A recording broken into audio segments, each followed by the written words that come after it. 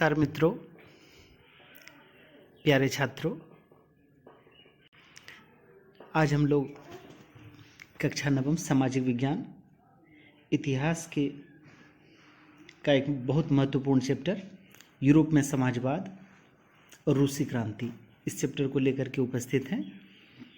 तो आइए शुरू करते हैं। आगे बढ़ने से पहले एक छोटा सा रिक्वेस्ट होगा, हमारे चैनल को सब्सक्राइब कर लें ताकि अच्छी वीडियो आगे जो भी आने वाली है उसकी अपडेट आप तक पहुंचती रहे।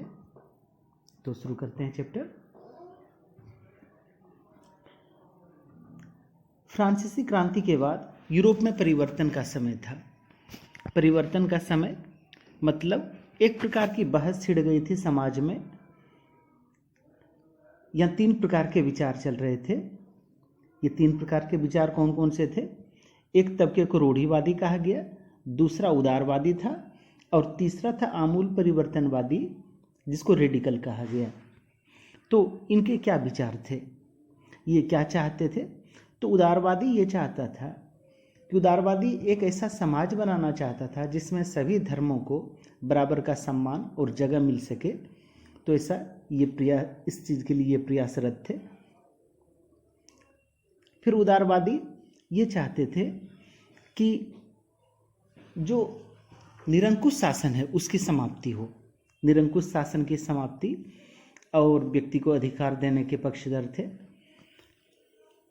दूसरा तबका था रेडिकल, ये और ज़्यादा उग्र विचारों वाले थे।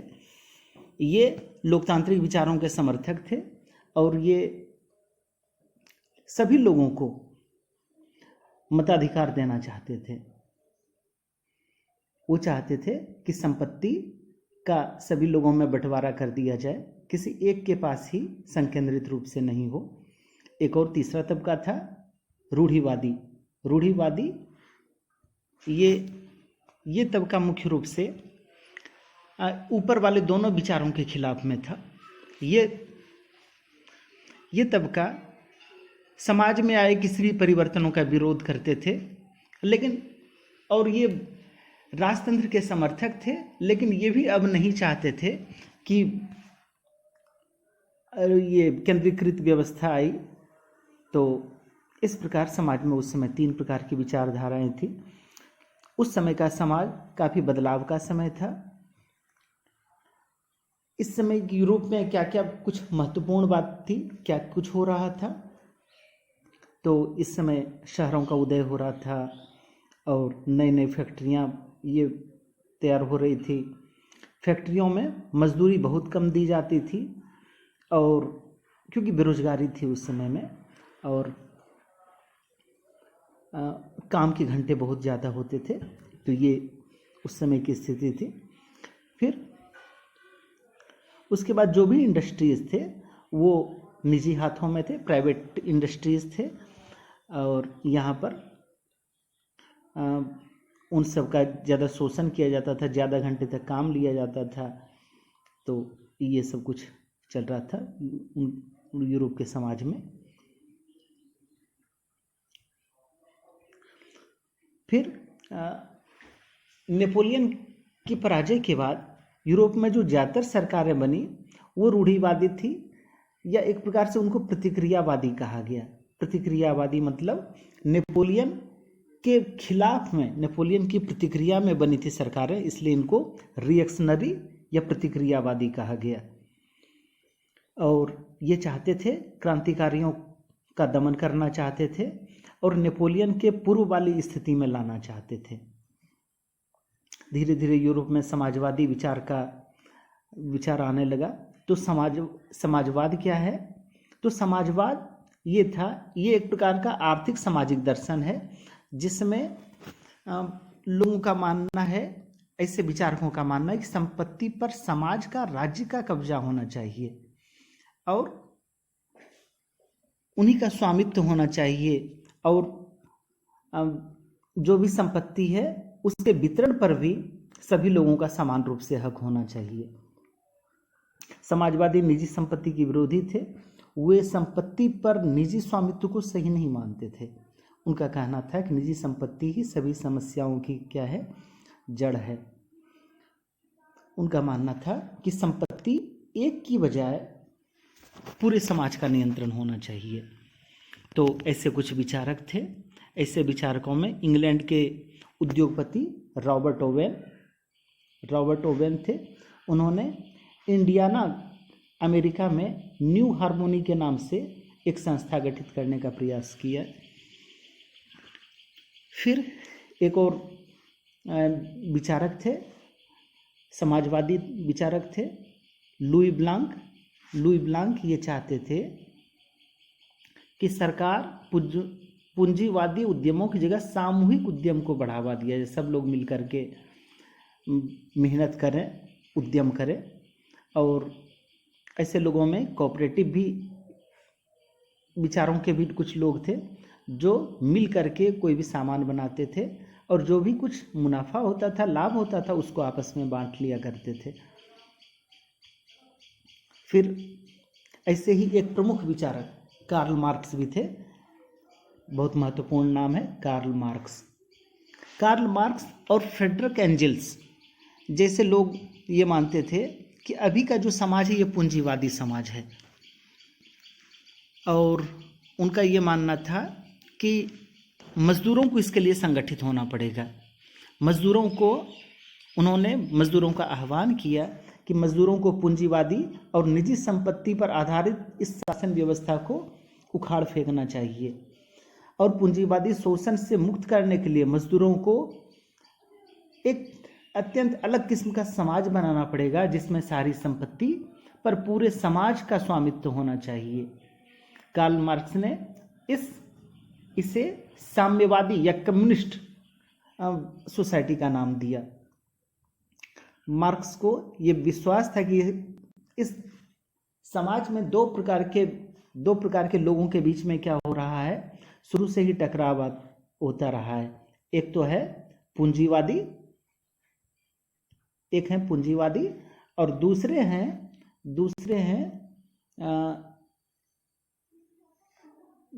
लोग मजदूर वर्ग हैं, यानी शोषित वर्ग। और ये शोषित वर्ग कौन है? ये मजदूर है, ये किसान है ना। तो ये सब क्या है? ये शोषित वर्ग है।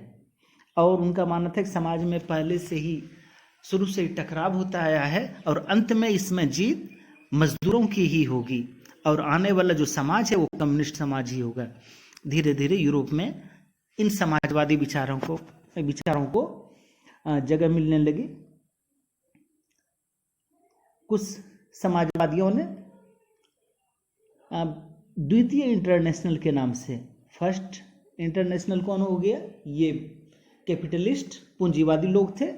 और ये द्वितीय समाज यानी द्वितीय जो देश ये विश्व है वो है कम्युनिस्टों का समाजवादियों ने सेकंड इंटरनेशनल के नाम से अंतर्राष्ट्रीय संस्था बना ली। फिर दूसरे जगहों पर इस समाजवाद को समर्थन मिलना शुरू हो गया। जर्मनी में सोशल डेमोक्रेटिक पार्टी गठित की गई। फिर ब्रिटेन में भी लेबर पार्टी की स्थापना हुई। फ्रांस में भी सोशलिस्ट पार्टी की स्थापना हुई। हर जगह समाजवादी विचार को समर्थन मिल रहा था, लेकिन कहीं पर भी ये सरकार बनाने में सफल नहीं हो पा रहे थे। लेकिन रूस में एक बेहतरीन मौका मिला। तो ये रूसी क्रांति क्या है हम लोग देखते हैं। विश्व की जिन प्रमुख क्रांतियों ने, घटनाओं ने सबसे ज़्यादा इस पर असर डाला है, विश्व जगत पर असर डाला है, उसमें से एक रूसी क्रांति भी है। तो उस समय का देश कैसा था, उस समय का समाज कैसा था? रूस सबसे पहले तो जानते हैं रूस कैसा है। इसमें यूरोप के मानचित्र में ये रूस का एक हिस्सा सा दिखाया गया है। और भी बड़ा ये रूस ऐसा देश है जिसका विस्तार 2 महाद्वीपों तक है। एशिया और यूरोप दोनों महाद्वीपों में यह है। अभी जो रूस देखते हैं उस समय के रूस से काफ़ी कुछ बड़ा था। और अभी की यदि रूस को हम यदि देखना चाहें तो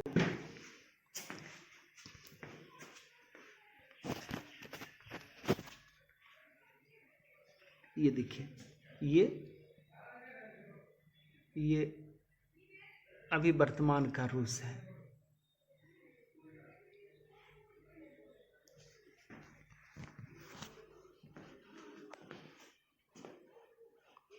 ये वर्तमान का रूस है। तो काफी कुछ बड़ा रूस था, और इसमें बहुत सारे आज जो स्वतंत्र देश हैं, फिनलैंड, लाटविया, लिथुआनिया, एस्टोनिया, ये सारे के सारे रूसी साम्राज्य के हिस्से थे। और रूस ग्रीक ऑर्थोडॉक्स चर्च के अंतर्गत रूसी ऑर्थोडॉक्स क्रिश्चियनिटी को मानने वाले लोगों की संख्या यहाँ पर ज़्यादा थी। रूस में राजतंत्र व्यवस्था थी। उस समय जो शासक थे ये क्या कहते हैं, रूस के राजा को जार के नाम से जाना जाता था, वहाँ के शासक। और ये सेंट पीटर्सबर्ग स्थित विंटर पैलेस के व्हाइट हॉल में रहा करते थे। तो ये फिर अब रूस के समाज के बारे में थोड़ा जान ले। तो रूस का समाज क्या था कि यहाँ पर एक बड़ा सा हिस्सा खेतीबाड़ी से जुड़ा हुआ था। रूस का टोटल पॉपुलेशन का 85% जनता कृषि पर निर्भर थी। दूसरे देशों में ये एग्जाम्पल नहीं मिलता है। दूसरे देशों में बहुत कम, फ्रांस में 40 से 50% ही कृषि से जुड़े हुए थे। यहाँ पर इंडस्ट्रीज थे रूस में, लेकिन उसकी संख्या बहुत कम थी। कल कारखाने स्थापित किए गए थे। तो फिर यहाँ पर मजदूरों से न्यूनतम मजदूरी दी जाती थी और काम के घंटे बहुत ज़्यादा हुआ करते थे, जबकि मजदूर चाहते थे कि काम के घंटे निश्चित हों। सरकार ने कुछ प्रयास किए थे, लेकिन वो सफल नहीं हुए। मजदूर भी बटे हुए थे। कुछ मजदूर अपने को उच्च मानते थे और दूसरों से खराब व्यवहार किया करते थे।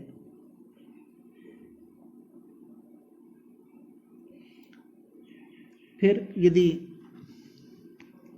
कभी कभी कुछ अप्रिय घटनाएं भी हो जाया करती थी फैक्ट्रियों में। ज़्यादातर जमीन पर किसान खेती करते थे, लेकिन बड़ी जमीन पर सामंतों का, एक प्रकार से कहें जमींदारों का, और चर्च का कब्जा था। चर्च के नियंत्रण में थे। और यहाँ के किसान सामंतों और नवाबों का बिल्कुल सम्मान नहीं करते थे। वो ये चाहते थे, जबकि दूसरे जगहों पर, जबकि फ्रांस में, ब्रिटेन में नवाबों का, सामंतों का सम्मान करते थे, जबकि यहाँ के किसान चाहते थे कि नवाबों की जमीन छीनकर किसानों के बीच में बांट दी जाए। तो इस प्रकार ये था। फिर उसके बाद धीरे धीरे रूस में समाजवादी विचार को समर्थन मिलने लगा। पहले रूस में सभी राजनीतिक पार्टियां गैरकानूनी थी। फिर बाद में मार्क्स के विचारों को मानने वाले समाजवादियों ने 1898 में Russian social democratic workers party का गठन किया। और फिर यहाँ के समाजवादियों को लगता था कि रूसी किसान जिस प्रकार से जमीन बांटते हैं, तो यहाँ के किसान कैसे हैं, वो समाजवादी विचारों वाले हैं। फिर 1900 में सोशलिस्ट रिवोल्यूशनरी पार्टी यानी समाजवादी क्रांतिकारी पार्टी का गठन किया गया। इस पार्टी ने किसानों के अधिकारों के लिए संघर्ष किया। उन सबका डिमांड था कि सामंतों के कब्जे वाली जमीन तुरंत किसानों को सौंप दी जाए।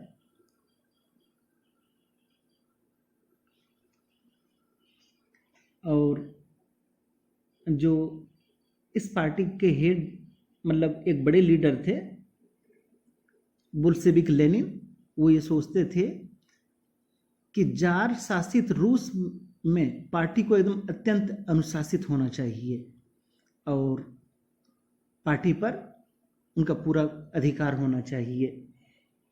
फिर ऐसे समय में ही रूस में 1905 की क्रांति होती है। तो इस समय क्या हुआ था कि इस समय में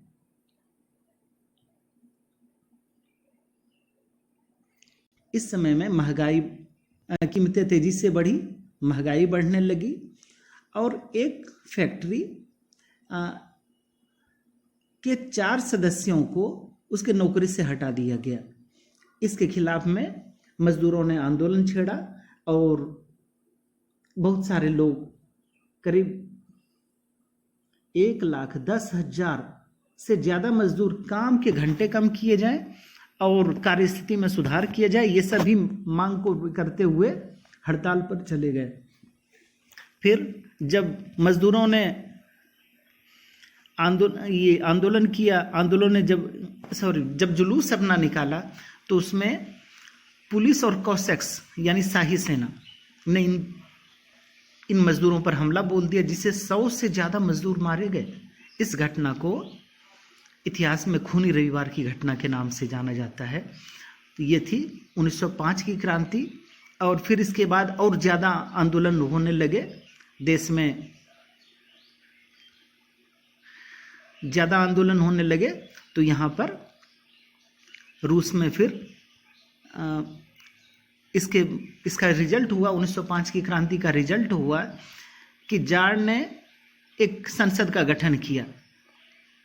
ये संसद क्या करती, राजा को उनके काम में सलाह देना काम था। इस संसद को ड्यूमा कहा गया। लेकिन सरकार पर, जार पर किसी भी प्रकार का इनका अंकुश नहीं था। इसलिए जार ने बहुत कम समय में ही, जब ड्यूमा के लोग, संसद के लोग सरकार से कुछ पूछताछ करते थे जो जार को पसंद नहीं था, इसलिए उन्होंने बहुत कम दिनों के भीतर पहली ड्यूमा 75 दिन के अंदर में, और जबकि दूसरी ड्यूमा को 3 महीने के भीतर में बर्खास्त कर दिया। जबकि अपने देश की बात करें तो पार्लियामेंट, लोकसभा 5 वर्षों के लिए चलती है, और जबकि यहीं पर जार ने बहुत कम समय में इसको बर्खास्त कर दिया और अपना ही नियंत्रण बरकरार रखा। फिर इसी समय में क्या हो गया, प्रथम विश्व युद्ध प्रारंभ हो गए। प्रथम विश्व युद्ध में 2 खेमे थे। एक को सेंट्रल फोर्सेस कहा गया, केंद्रीय शक्तियां, और दूसरे में मित्र राष्ट्र थे। पहले खेमे में कौन से थे? सेंट्रल फोर्सेज में, इसमें जर्मनी, ऑस्ट्रिया, तुर्की, ये सभी केंद्रीय शक्ति थी। और दूसरे खेमे में थे, दूसरे ग्रुप में कौन से लोग थे? दूसरे खेमे में फ्रांस, ब्रिटेन, रूस, बाद में इटली, रोमानिया, ये सभी, और बाद में अमेरिका भी शामिल हुआ। और तो ये युद्ध काफ़ी लंबा चला। इस युद्ध को पहला विश्व युद्ध कहते हैं। ये कब से कब तक चला? 1914 to 18, है ना, तक चला ये युद्ध। और शुरू में इस युद्ध को रूसियों का काफ़ी समर्थन मिला। जार का भरपूर सपोर्ट किया रूस भी था इस युद्ध में, मित्र राष्ट्रों की ओर से। लेकिन जैसे जैसे युद्ध लंबा खिंचता चला गया, जार ने ड्यूमा में मौजूद मुख्य पार्टियों से सलाह लेना छोड़ दिया। और फिर धीरे धीरे जर्मनी के विरोध में, चूंकि जर्मनी के खिलाफ में युद्ध हो रहा था, जर्मनी विरोधी भावनाएं धीरे धीरे और बढ़ने लगी। और इसलिए लोगों ने सेंट पीटर्सबर्ग का नाम पेट्रोग्राद कर दिया, क्योंकि यह सेंट पीटर्सबर्ग एक जर्मन जैसा नाम लगता था। और जो जार की पत्नी जरीना थी, वो भी जर्मन मूल की थी, और जिसका एक जो सलाहकार था, उनका जो एडवाइज़र था रास्पुतिन, उसने काफ़ी उल्टे पुल्टे सलाह दी जार को, जिससे राजा, जार, जरीना और वो रास्पुतिन, वो तो अलोकप्रिय था ही। तो ये सब कुछ हो रहा था। फिर और भी क्या हुआ, इसमें भारी संख्या में सैनिक भी मौत के मुंह में जा रहे थे, और कुछ मोर्चों पर रूस की पराजय भी हो रही थी। जर्मनी और ऑस्ट्रिया में रूसी सेनाओं को भारी पराजय झेलनी पड़ी, और इसके भारी संख्या में लोग मारे जा रहे थे। 70 लाख लगभग सैनिक मारे गए। इमारतें नष्ट हो रही थी। पीछे हटती रूसी सेनाओं ने रास्ते में पड़ने वाली अपने फसलों और इमारतों को नष्ट कर डाला, ताकि दुश्मनों को ये सब इन सभी संसाधनों का इस्तेमाल नहीं कर सके और बहुत सारे लोग शरणार्थी हो गए, बहुत सारे लोग मारे गए और बहुत सारे लोग अपंग हो गए। लोग युद्ध से तंग आ चुके थे, अब और लड़ना नहीं चाहते थे। तो ये कंडीशन था। फिर इंडस्ट्रीज भी बर्बाद हो रहे थे और जो भी कुछ प्रोडक्शन होता था वो सारा का सारा युद्ध के लिए चला जा रहा था। तो ये स्थिति थी। फिर उसके बाद क्या होने लगा कि रेलवे लाइन भी टूटने लगी, इंडस्ट्रीज में मजदूरों की कमी होने लगी और महंगाई थी ही। तो इसके खिलाफ में रूस में भीषण दंगे होने लगे।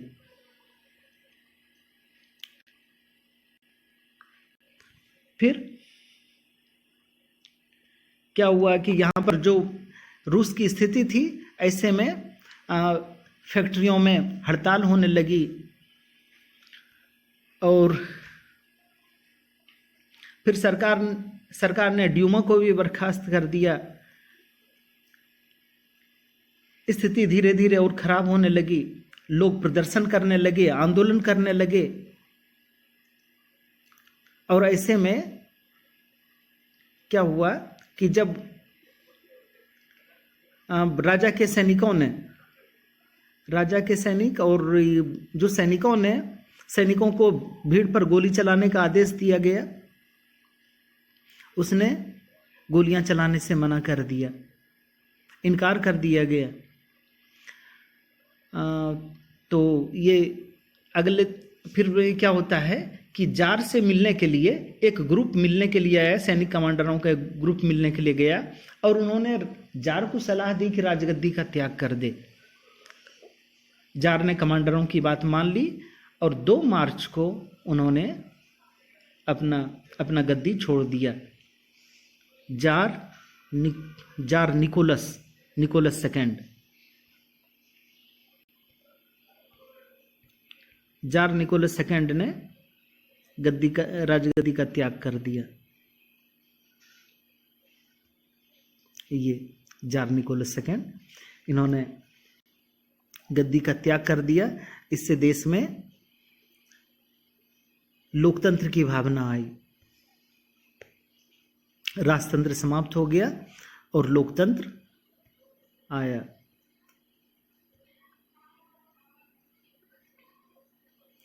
फिर इसके बाद क्या होता है, फिर 1917 में, फरवरी 1917 में, इसमें 2 क्रांति हुई है 1917 में। एक को कहते हैं जिसमें राजशाही का अंत हुआ फरवरी 1917 में, और अक्टूबर 1917 में बोल्शेविक क्रांति हुई जिसमें मजदूरों ने शासन पर अधिकार कर लिया। तो क्या कुछ बदलाव हुआ फरवरी 1917 के बाद? क्या बदलाव हुआ? बदलाव ये हुआ कि जो अंतरिम सरकार बनी, तत्काल के लिए जो गवर्नमेंट बनी, उसमें सैनिक अधिकारी, भूस्वामी, उद्योगपति, ये सभी लोग थे। यहाँ पर जनसभा करने और संगठन बनाने पर पाबंदी लगा दी गई। सब कुछ पहले जैसी ही कड़ाई होने लगी।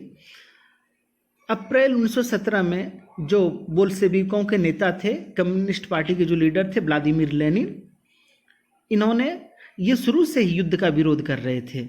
उनका कहना था कि अब सोवियतों को, कम्युनिस्टों को चाहिए अब सत्ता अपने हाथ में ले ले। लेनिन ने बयान दिया, तीन मांग उनकी थी। कौन कौन सी थी? युद्ध समाप्त कर दिया जाए, सरकारी जमीन किसानों के हवाले कर दी जाए और बैंकों का राष्ट्रीयकरण किया जाए। इसको अप्रैल थीसिस के नाम से जानते हैं। उनकी जो 3 मांगे थी, इसको अप्रैल थीसिस के नाम से जाना जाता है। और बाद में क्या होने लगा कि धीरे धीरे कम्युनिस्टों का आंदोलन धीरे धीरे फैलता चला गया। कहने का मतलब ये था कि अब जबरदस्ती भी क्या कर लिया जाए, मजदूरों को चाहिए कि शासन पर अपना अधिकार कर ले। आंदोलन फैलता चला गया और ट्रेड यूनियन, जो मजदूरों का संगठन था, उसकी भी संख्या धीरे धीरे बढ़ने लगी। सेना में सिपाहियों की समितियां बनने लगी। अंतरिम सरकार की ताकत धीरे धीरे क्या होने लगी? कमजोर होने लगी। तो सरकार ने भी जो अंतरिम सरकार थी उन्होंने मजदूरों के खिलाफ में दमन करने शुरू कर दिए, नेताओं की गिरफ्तारी शुरू कर दी, बहुत सारे कम्युनिस्टों को छिपना पड़ गया। तो ये सब कुछ हो रहा था। यहाँ पर देखिए लेनिन अपने लोगों को समझाते हुए। फिर अब धीरे धीरे क्या होने लगा, सरकार को विद्रोह की आशंका होने लगी। 16 अक्टूबर 1917 को लेनिन ने पेट्रोग्राद सोवियत और बोल्शेविक पार्टी को सत्ता पर कब्जा करने के लिए राजी कर लिया। और आखिरकार क्या हुआ, लियोन ट्रॉट्स्की के नेतृत्व में सोवियत की ओर से एक सैनिक क्रांतिकारी समिति का गठन किया गया। और फिर क्या होता है कि विद्रोह शुरू हो गया देश में। और जो उस समय के प्रधानमंत्री थे केरेंस्की, वो सैनिक इकट्ठा करने के लिए बाहर चले गए। और इसी बीच में क्या हुआ कि इन बोल्शेविकों ने, सोवियतों ने देश के शासन पर अधिकार कर लिया। और यहाँ पर जो भी जितने भी उन्होंने अपने लोगों का आह्वान किया कि कार्य जितने भी ऑफिस हैं सभी पर कब्जा कर लिया जाए। और विंटर पैलेस जो कि ये राजा का केंद्र था, विंटर पैलेस पर बमबारी शुरू कर दी गई। और आखिरकार दिसंबर तक होते होते बोल्शेविकों ने मॉस्को, पेट्रोग्राद इस पर अपना नियंत्रण कर लिया। अब लगभग चैप्टर के बीचों बीच आ चुके हैं। एक बार फिर से अनुरोध करेंगे, यदि अभी तक आपने हमारे चैनल को सब्सक्राइब नहीं किया है तो ज़रूर सब्सक्राइब कर लें और हमारी इस वीडियो को ज़रूर लाइक करें। फिर उसके बाद आते हैं अक्टूबर के बाद क्या बदला, यानी अक्टूबर 1917 की जो क्रांति हुई, बोल्शेविक क्रांति हुई, उसके बाद क्या चेंज हुए। उसके बाद चेंजेज हुए कि बैंक, उद्योगों और बैंकों का राष्ट्रीयकरण कर लिया गया। पहले ही कर लिया गया था, नवंबर में ही। जमीन को सामाजिक संपत्ति घोषित कर दिया गया और किसानों को सामंतों की जमीन पर कब्जा करने की खुली छूट दी गई। शहरों में जो बड़े बड़े मकान थे उसको तोड़ करके छोटे छोटे हिस्से कर लिए गए ताकि जरूरतमंदों को रहने के लिए जगह दी जा सके। बड़ी बड़ी पदवियों के इस्तेमाल पर रोक लगा दी गई। सरकारी अफसरों के एड्रेस भी बदल दिए गए। बोल्शेविक पार्टी का नाम बदल करके रूसी कम्युनिस्ट पार्टी कर दिया गया। काफ़ी सारा बदलाव इस समय में किया गया। अब देश की संसद, अब जो है रूसी सोवियत कांग्रेस को देश की संसद का दर्जा दिया गया, जो ड्यूमा था। रूस एक दलीय राजनीतिक व्यवस्था वाला देश हो गया, मतलब एक ही पार्टी रहेगी, बाकी दूसरी पार्टी नहीं रहेगी। ट्रेड यूनियनों पर पार्टी का नियंत्रण रहता था। यहाँ पर गुप्तचर पुलिस का गठन किया गया। काफ़ी सारे लोग अब आकर्षित हो रहे थे, इससे नई प्रकार की विचारधारा थी, इससे लोग प्रभावित हो रहे थे। फिर जमीन के पुनर्वितरण के नाम पर रूसी सेना का भी विभाजन होने लगा। बहुत सारे लोग, चूंकि जमीन का पुनर्वितरण हो रहा था, वो घर लौटना चाहते थे। यहाँ पर 3 प्रकार के ग्रुप हो गए। 3 प्रकार के ग्रुप कौन कौन से? बोल्शेविक जो कम्युनिस्ट विचारों के थे, उनको रेड्स कहा गया। राजशाही के समर्थक जिनको व्हाइट थे, व्हाइट कहा जाता था। तो इन्होंने बोल्शेविकों यानी रेड्स से लड़ने के लिए टुकड़ियां गठित करने लगे। और कुछ को ग्रीन्स भी कहा जाता था। रूसी साम्राज्य के ज़्यादातर हिस्सों पर सामाजिक क्रांतिकारी यानी ग्रीन्स का कब्जा था। रूसी साम्राज्य के ज़्यादातर हिस्सों पर अभी भी ग्रीन्स यानी इसको सोशलिस्ट और जार समर्थक यानी व्हाइट्स का ही कब्जा बना रहा। कौन कौन से ग्रुप हो गए? रेड्स थे, बोल्शेविक, कम्युनिस्ट, व्हाइट्स थे जो जार के समर्थक थे, राजा के, और तीसरा ग्रुप था सोशलिस्ट का जिसको ग्रीन्स कहा जाता था। फ्रांसीसी, अमेरिकी, ब्रिटिश ये इसको बाहरी शक्तियों का इन सबको समर्थन मिल रहा था। ये सभी शक्तियाँ, वो जो फ्रांसीसी अमेरिकी ये शक्तियाँ रूस में समाजवाद को फलते फूलते नहीं देखना चाहते थे। उन्हें डर था कि आज रूस में ऐसा कुछ हो रहा है, कल हो सकता है अपने भी देश में ऐसा कुछ हो जाए। व्हाइट्स जो निजी संपत्ति के हिमायती थे, उन्होंने जमीन पर कब्जा करने वाले किसानों के खिलाफ में काफी सख्त रवैया अपनाया। यानी व्हाइट्स ने रेड्स विचार के जो लोग थे, ऐसे लोगों के खिलाफ में काफी कड़े कदम उठाए, जिसका बुरा रिजल्ट ये हो गया कि गैर बोल्शेविकों के प्रति जो भी सपोर्ट था व्हाइट्स के प्रति, वो धीरे धीरे क्या होने लगा, समाप्त होने लगा। फिर एक अलग ही प्रकार के रूसी समाज का गठन किया जाने लगा। वो क्या था, वो ये था कि किसान बैंकों का राष्ट्रीयकरण कर दिया गया, किसानों को जमीन पर कब्जा करने की खुली छूट दी गई। अब बोल्शेविक ये दिखाना चाहते कि सामूहिकता क्या होती है। और एक महत्वपूर्ण कार्य जो हुए रूस में, वो था पंचवर्षीय योजना शुरू कर दी गई, और रूस के ही आधार पर भारत में भी इस योजना को शुरू किया गया। 5 ईयर प्लानिंग, मतलब जो भी प्लानिंग बनाए जाते थे वो 5 ईयर के लिए बनाए जाते थे। गवर्नमेंट की ओर से काम के लिए काफ़ी प्रेशर था, तो जिससे क्या होने लगा, तेज निर्माण कार्य के दबाव में कार्य स्थितियां खराब होने लगी। मजदूर जिनके फायदे के लिए सरकार बनी थी, अब मजदूरों की ही हालत खराब होने लगी। एक स्टील कंपनी को सिर्फ 3 साल के भीतर कंप्लीट कर लिया गया।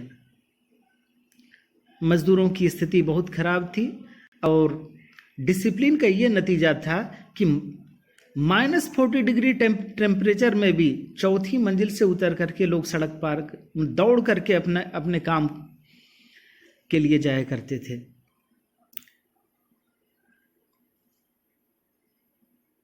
ये रूसी कम्युनिस्ट सोसाइटी का एक सुंदर सा फिगर।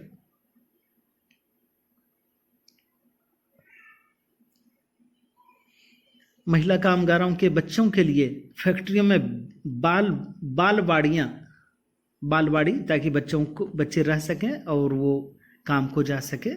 तो ये फिर इसके बाद में लेनिन के बाद में यहाँ पर स्टालिन इसके प्रमुख बने। यहाँ पर रूस में शहर में अनाज का भारी संकट हो गया था 1927-28 के बीच में। तो ऐसे में अनाज की कीमतें तय कर दी गई, लेकिन किसान उस कीमत पर बेचने के लिए तैयार नहीं थे। स्टालिन ने स्थिति से निपटने के लिए काफ़ी कड़े कदम उठाए। उन्हें लगता था कि बहुत सारे लोग जो व्यापारी हैं, उन्होंने अपने गोदामों में अनाज भर करके रखा है। फिर उन्होंने किसानों से जबरन अनाज खरीदा और कुलक यानी बड़े किसान के ठिकानों पर छापे मारे। रूस में संपन्न किसानों को कुलक कहा जाता था। इन्होंने खेती के सामूहिकीकरण का फैसला किया, मतलब खेत किसी एक की प्रॉपर्टी नहीं रहेगी, ये स्टेट की प्रॉपर्टी है। सब लोग काम करें, सब लोग खाना खाएं और एक कर्मचारी के तरीके से रहें। इन्होंने आधुनिक खेत विकसित करने और के लिए बड़ी बड़ी मशीनों की सहायता ली, और कुलकों का सफाया, मतलब जमींदारों का किसानों का सफाया करने के लिए किसानों से जमीन छीन लेना चाहते थे। सामूहिक खेतों को कोलखाज कहा गया। किसानों से जबरदस्ती काम कराया जाता था, तो ऐसे में किसानों ने अपने ही जानवरों को खत्म करना शुरू कर दिया। मतलब न ही ये जानवर रहेंगे, न ही खेतों में काम करना पड़ेगा। तो सामूहिकीकरण के बावजूद प्रोडक्शन में उतनी ज़्यादा वृद्धि नहीं हुई, और लेकिन फिर भी स्टालिन ने बहुत सारे लोग जो ऐसे में काम करने को तैयार नहीं थे, उन्हें दंडित किया गया। 20 लाख से ज़्यादा लोगों को या तो जेलों में डाल दिया गया या श्रम शिविरों में भेज दिया गया। बहुत सारे लोगों को यातनाएं दी गई, बहुत सारे लोगों को मार डाला गया। तो ये सब कुछ हो रहा था एक समाजवादी, एक कम्युनिस्ट रूस में। फिर विश्व जगत को क्या संदेश जा रहा था? जिस तरह से बोल्शेविकों ने सत्ता पर कब्जा किया था। कब्जा कैसे किया था? एक प्रकार से वो तख्ता पलट कर लिया था, जबरदस्ती सत्ता पर अधिकार कर लिया था। तो बहुत सारे लोग इससे सहमत नहीं थे। उनका मानना था कि मेहनतकश यानी मजदूर वर्ग भी अपना राज्य स्थापित कर सकता है। इसकी पूरे दुनिया भर में एक उम्मीद जगी और विश्व के अलग अलग देशों में भी कम्युनिस्ट पार्टी का गठन होने लगा। भारत में भी कम्युनिस्ट पार्टी का गठन हुआ। विश्व के देशों में रूस को उतना अच्छे तरीके से नहीं देखा जा रहा था, लेकिन फिर भी ये सबने देख लिया था, ये पिछड़ा हुआ देश अब महाशक्ति बन गया था। एक ऐसा देश अब जो अमेरिका को टक्कर दे सकता था। अब प्रथम विश्व युद्ध में सिर्फ अमेरिका ही महाशक्ति था, अब रूस भी उसकी बराबरी का एक देश बन गया था। 20वीं सदी के अंत तक समाजवादी देश के रूप में अंतर्राष्ट्रीय स्तर पर सोवियत संघ की प्रतिष्ठा काफी कम रह गई। लेकिन फिर भी एक जो पिछड़ा हुआ देश था वो एक काफी ताकतवर देश बन गया। एक पिछड़े हुए देश से महाशक्ति बनने का ये सफर था।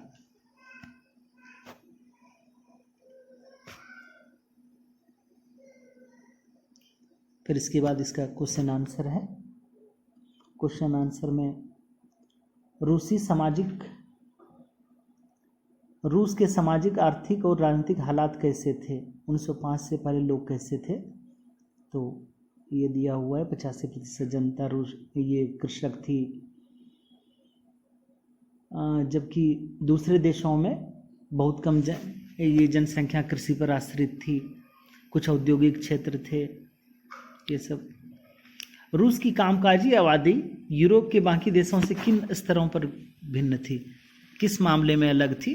तो यहाँ पर कृषि पर बहुत ज़्यादा लोग आश्रित थे, 85% लोग। फिर यहाँ के लोग किसानों का बिल्कुल सम्मान नहीं करते थे। यहाँ पर काम के घंटे बहुत ज़्यादा थे।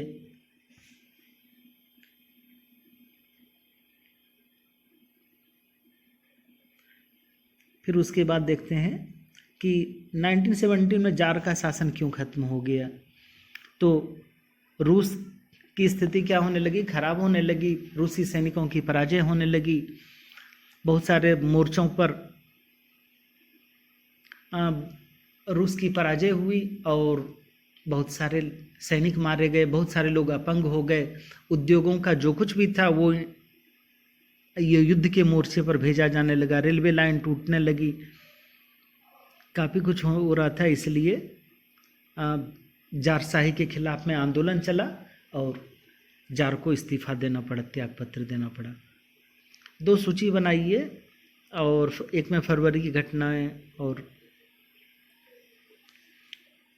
तो ये है, इसको आप लोग ज़रूर करेंगे। फिर इसके बाद देखिए फरवरी क्रांति का प्रभाव, अक्टूबर क्रांति, ये।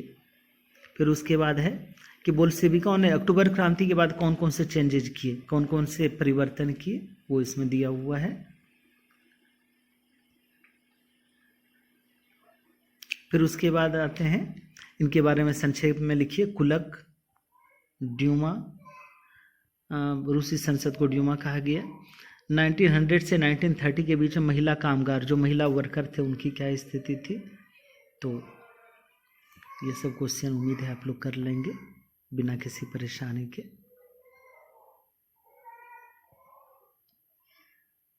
तो ये चैप्टर समाप्त होता है और उम्मीद है आपको काफ़ी मज़ा आया होगा। और एक बार फिर से एक बार अनुरोध करेंगे, यदि आपने हमारे चैनल को अब तक सब्सक्राइब नहीं किया है तो चैनल सब्सक्राइब करें और हमारी वीडियो को ज़रूर लाइक करें। एक छोटा सा लाइक प्रेस करना है, इससे मेरा उत्साह बढ़ा हुआ रहेगा और आगे भी नए नए वीडियो बनाता रहूँगा ताकि आपका फ़ायदा हो सके। धन्यवाद। मिलते हैं अगले पाठ में।